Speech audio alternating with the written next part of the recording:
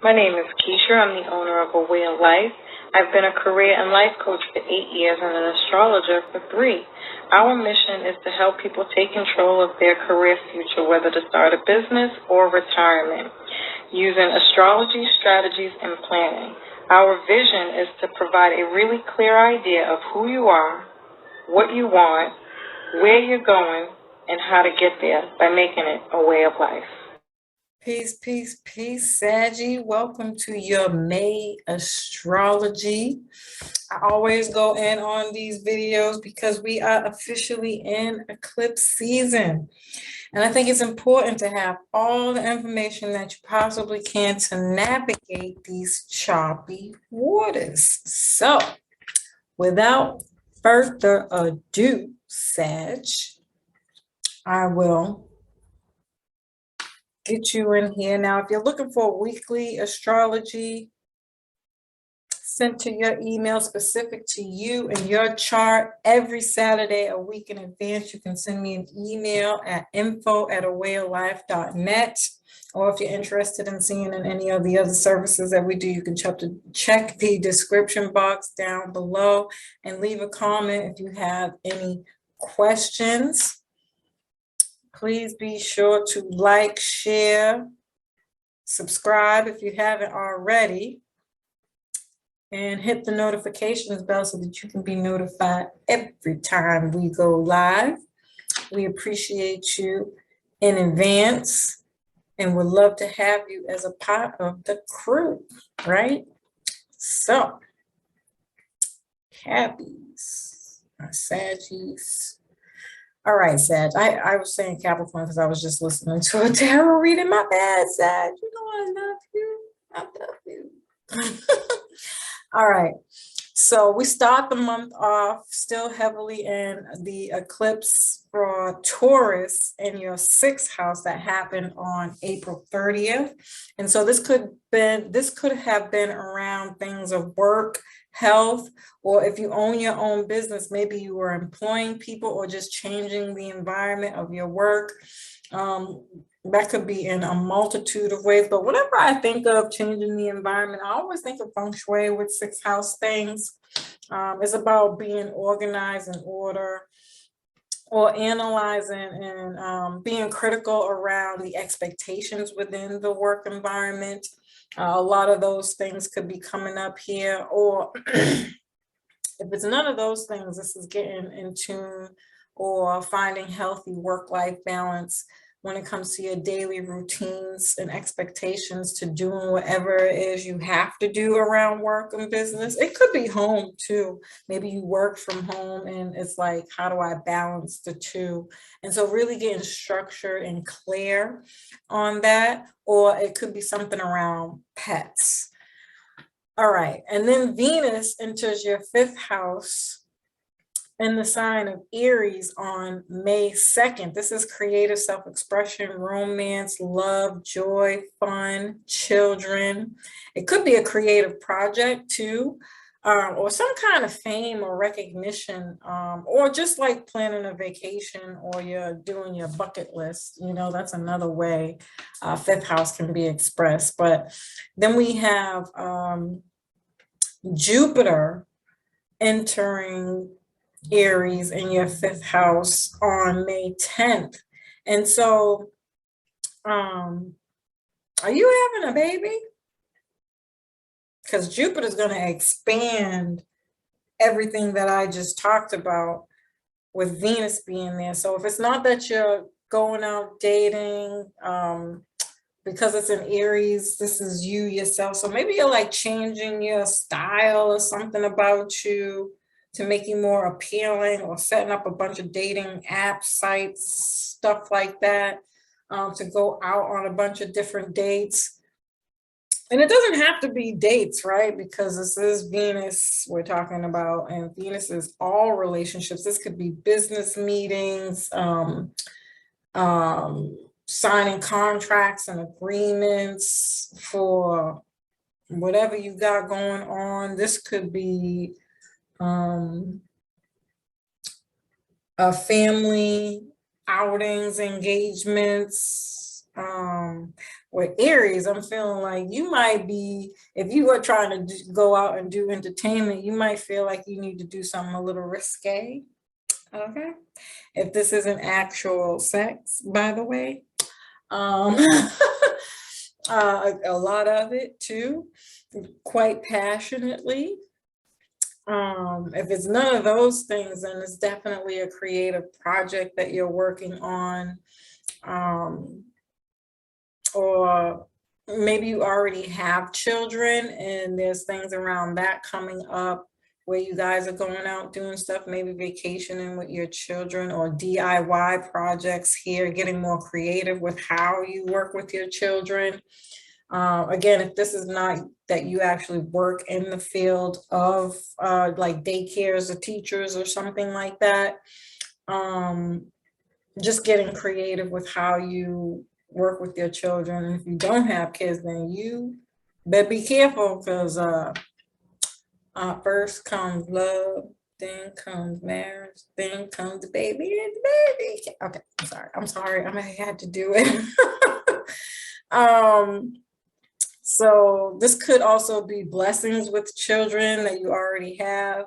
And then Mars enters your 5th house on May 24th, making this a stellium in that house. If you're single, you're going to find the love that a love that will respect you, looks up to you, and that you can learn from, and vice versa, right? Because we're talking about Jupiter here.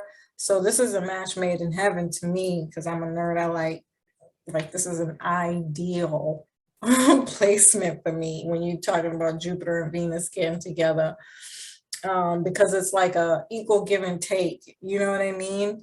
And that's the basis of the relationship, is probably how you end up together. So again, if you're a teacher, maybe you're finding somebody in that field. If you work with children, same thing. Or if this is a creative project and you have your own business, you're partnering up with people and meet that person through that way. So you guys, the idea is that you're meeting in places that you like to often go, and there's going to be some similar things that you guys already have in common, and that could be the initial connection. And then as you grow, you learn, oh shoot, like he or she might know some things that I didn't know, and I'm learning stuff, and vice versa. And that's gonna grow, and that is fucking amazing, right? Okay. And then Mercury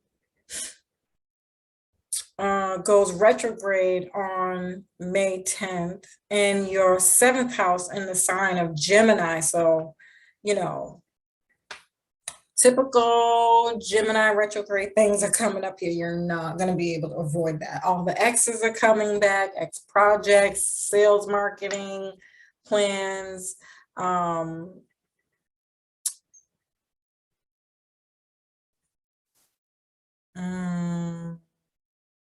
social media stuff, or disagreements, or this could be miscommunications with devices, emails, phone calls, or any meetings that you have set up that you're supposed to meet with. You might not make them because you forget, or you lose your phone, God forbid. Any kind of device issues here. This could also be things around siblings, neighbors, cousins in your community, or travel, short distance travel specifically. But because Jupiter is going to be in your 5th house, it could be a long distance traveling opportunity. It could be for work too, but it doesn't have to be. Or again, things with your car. Maybe a good time to like go get it inspected before you go on your trip, just to be sure. Yeah, but from May 10th through May 22nd, Gemini will be retrograde in the sign of Gemini in your 7th house. So again, this is going to be based on relationships. So you're reevaluating the relationships that you already have, and perhaps there's a lot of memories here from your ex, or you're projecting onto your ex about your memories with them. That's something that you're going to have to address. Contracts, agreements, double check, recheck, and check again. If you have to sign those things around this time, if you could put it off until after June 3rd, even a month after June 3rd, July 3rd, if you can, or any further out from June as possible. I mean, Taurus would be a better energy to sign under with the retrograde, to be quite frank. So maybe even just after the 22nd, right? If you could put it off until then, I would do that. Because it could indicate that there's something there that you're not seeing clearly. A marriage, schedule it if it's during a retrograde. Because Jesus Christ, could you imagine everything going wrong? Oh, I'd be mortified and angry.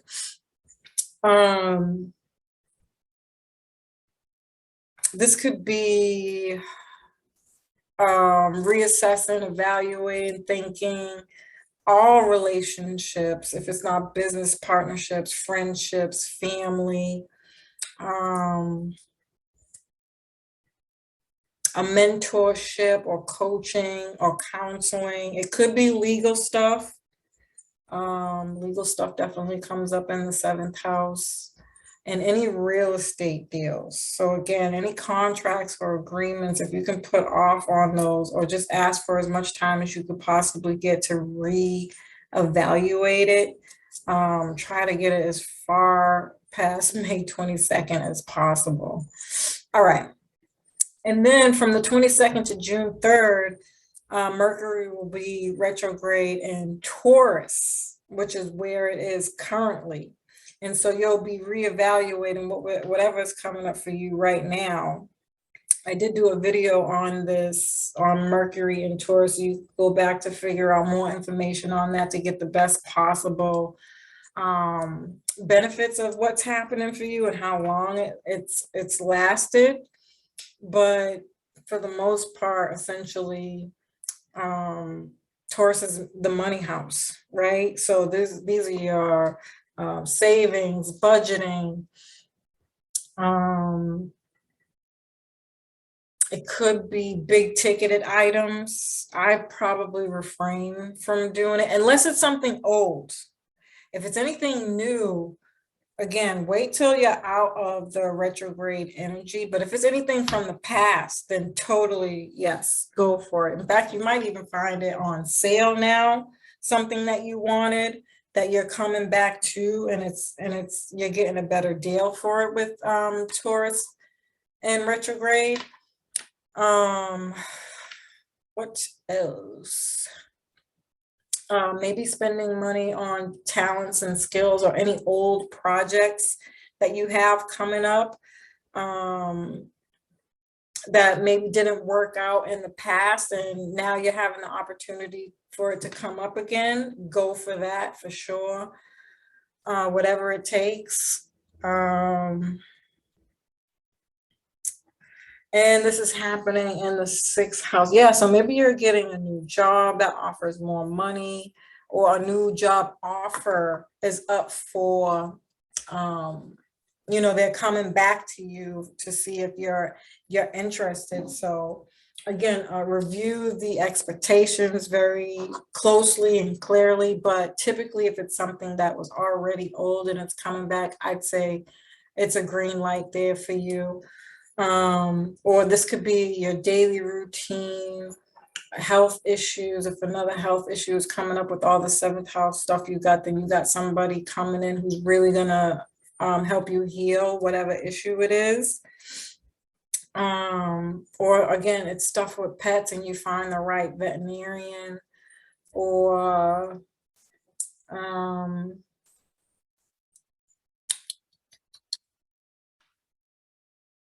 just trying to see what else it could be. Yeah, new work, health, daily routine. And then on May 16th, you'll have the eclipse in Scorpio square Saturn in the 12th house. Now, wait, before I jump into that, let me just say with the retrograde energy, to make sure you get the full benefits of this, I would go back to November, December, and January to think about what was happening for you, because whatever that was at that time could be asking you to reflect, redo, rethink, reconsider, revisit, revise. Because Pluto in Capricorn is retrograde. And so this is bringing in all that energy from that Capricorn. We went through the deathly death that we had, but still necessary to go back and reflect on that time. You could get more pieces to the puzzle here. And also, I would say to check your sun, moon, and rising sign in these horoscopes to make sure you get a full story of what is actually coming up for you at this time. And so for the May 16th eclipse square in Saturn in your 12th house, this is why I say go back to this time, because that retrograde with Pluto is about secrets, and 12th house is about things that are hidden. Right. And so these two can be very, very closely connected, especially for you, Sag, because we was ending the cycle for Sagittarius during that time. And so there's major messages or something coming up from that time that's going to be very closely related to some answers that you might have found that you have to remember, revise, rethink, redo, reconsider at this time, maybe even getting a lot more clarity at this time. And so what is the 12th house? Hidden things, lies, deceit, lack of clarity, your beliefs or faith in some way, shape, or form. This could be addictions, sleep, things that that are hidden subconsciously, or that dream state. This could be visions, downloads, deja vu, or messages that are trying to nudge you to see something perhaps a different way or in some kind of way. It's Saturn we're talking about here, right? And so Saturn wants some kind of structure, responsibility, maturity, and becoming a boss in some way, shape, or form in your life, right? And so because this eclipse is in Scorpio, this is definitely power and control, things that could be deeply hidden within you that you have to resolve, or addictions that you are not seeing quite clearly that need to be resolved. And it doesn't even have to be you when we're talking about the 12th house. This could be things that you are seeing or that are happening to you, and not necessarily about you necessarily. But this could bring a secret out at this time, or you let out a secret that's causing you some kind of pain. Yeah.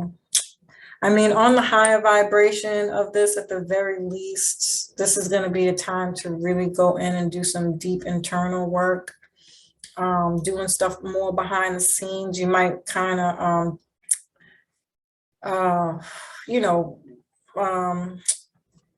like if you're on the world stage in some way, shape, or form, you might choose to not be on social media, go out, or really be bothered. And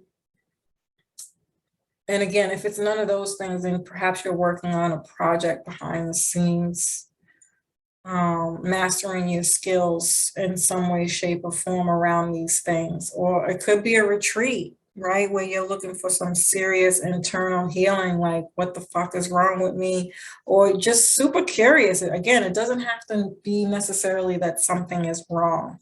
This could be health stuff as well, or the mental prison. And so unlocking that somehow, right? So waking up to something that is deeply disturbing, because it's Pluto, Scorpio energy. This could be finances, studying the occult or the divinations or counseling. This could be a transformation in your psychological conditioning. Ooh, this could be painful. I don't even want to touch that. Nope, it's too dark. It's too dark. It's too dark. Wow, this could be whatever shit. My heart goes out to you if this is anything that you're experiencing. I just had like some that never happened before during while I'm going live. I'm sorry about that, Saggies, but Scorpio and Pisces energy, this could be shit that you like, this is like past life shit or things that have been so deeply pushed down and hidden that it's like a memory of a memory, like that deep, like shit, like something just comes up or is bubbling up within you and you're like, yo, did that happen to me? Like, was I dreaming that? Was that a vision? Or did I really experience that? And it could be causing you some kind of pain in some way that you didn't realize before, and you're doing what it takes to heal and let that go. Whew. All right. And then this could be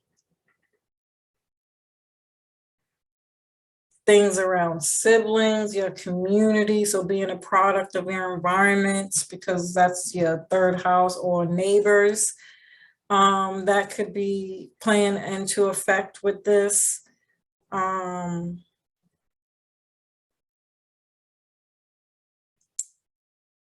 trying to think if it could be anything. Yes, your mindset. Maybe you're realizing like you got, with this Gemini, this could be like, you know how this is heavy. I'm sorry.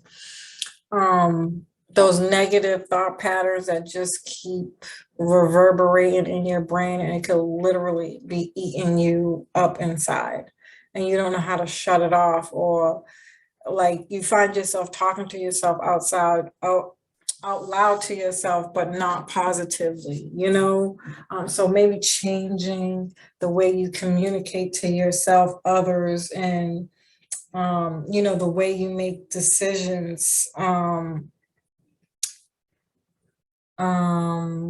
Again, it could be a skill here, or learning, studying something, planning. It could be a short trip that helps you. So again, some kind of retreat where you can go to get some kind of healing or reprieve. Yeah. Okay. And so then you have the new moon in Gemini on May 30th, where I think you're going to get the green light to move ahead with whatever, all that Mercury retrograde stuff that came up, And so whatever you was experiencing during the retrograde, you'll have the opportunity to move forward with all that stuff. So if you have been in like some kind of detox or counseling, you're going to hit a milestone here, a portal opening, a breakthrough for you. And congratulations if that's something that you're going through. And I'm sorry. This could be really, really deep. So, Sag, as usual, I love and appreciate you. I hope you found this information helpful. Peace.